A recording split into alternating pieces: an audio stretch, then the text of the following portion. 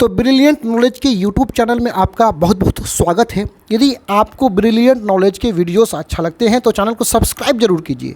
आपका सब्सक्राइब हमारे लिए मोटिवेशन का काम करता है। तो चलिए वीडियो को शुरू करते हैं। चलिए, यहाँ पे प्रश्न है, नागरी की उत्पत्ति। उत्पत्ति का मतलब होता है उत्पन्न होना, पैदा होना। तो नागरी की उत्पत्ति के संबंध में लेखक का क्या कहना है? लेखक का क्या कहना है मतलब इस पाठ में लेखक ने कैसे बताया है कि नागरी लिपि कैसे उत्पन्न हुआ, नागरी लिपि का उत्पत्ति कैसे हुआ, इस बारे में लेखक ने क्या बताया है, ये हमें बताना है। देखिए, आपको पता होना चाहिए कि नागरी एक लिपि है। क्या है? लिपि है। नागरी बोलिए या देवनागरी बोलिए, एक ही चीज़ है। ये जो को, खो, गो, अक्षो, तरो, ज्यों देख रहे हैं ना, ये नागरी लिपि है। और हिंदी को हम लोग नागरी लिपि में ही लिखते हैं।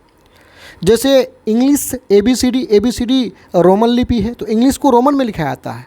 तो नागरी एक क्या है? लिपि है। आगे बोल रहा है कि पटना से नागरी का क्या संबंध लेखक ने बताया है। फिर आगे हमें ये बताना है कि नागरी लिपि का पटना से क्या संबंध है। सबसे पहले तो ये बताना है कि नागरी लिपि का उत्पत्ति कैसे हुआ, ये पैदा कैसे हुआ, नागरी नाम पड़ा कैसे उस लिपि का, ये बताना है। और दूसरा बताना है कि ये नागरी लिपि का पटना से क्या संबंध है। तो पहला पैराग्राफ में यहाँ से यहाँ तक तो हम यही बताएंगे कि नागरी लिपि का उत्पत्ति कैसे हुआ। दूसरा पैराग्राफ में बताएंगे कि नागरी का पटना से क्या संबंध है। तो चलिए देखते हैं उत्तर में। देखिए उत्तर में, नागरी नाम की उत्पत्ति के बारे में, नागरी लिपि का जो नाम है उसका उत्पन्न होने के, वो नाम पढ़ने के बारे में विद्वानों में बड़ा मतभेद है। अलग अलग विद्वानों का अलग अलग मान्यता है कि ये नागरी लिपि का नाम कैसे पड़ा।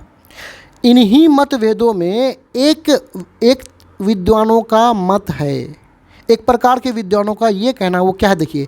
एक मत के अनुसार, उनके अनुसार क्या है देखिए, गुजरात के नागर ब्राह्मणों, यानी गुजरात में एक नागर ब्राह्मण है, ने पहल इस लिपि का इस्तेमाल किया, प्रयोग किया, इसलिए इसका नाम नागरी पड़ा। अब देखिए, ब्राह्मण, कौन सा ब्राह्मण? नागर ब्राह्मण। ये नागर से ही नाम पड़ा नागरी लिपि, ऐसा एक मत का मानना है।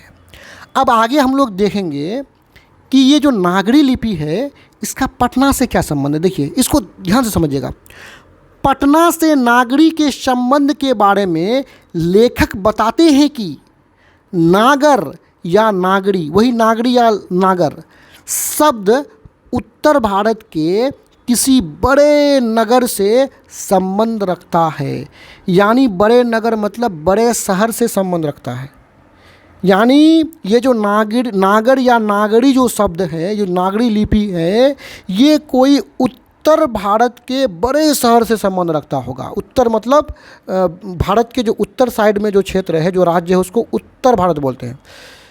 आगे बोल रहा कि असंभव नहीं कि ये बड़ा नगर प्राचीन मतलब पुराना पटना ही हो। बोलता है कि ये असंभव नहीं है कि वो पटना ही हो, मतलब ये पटना हो सकता है।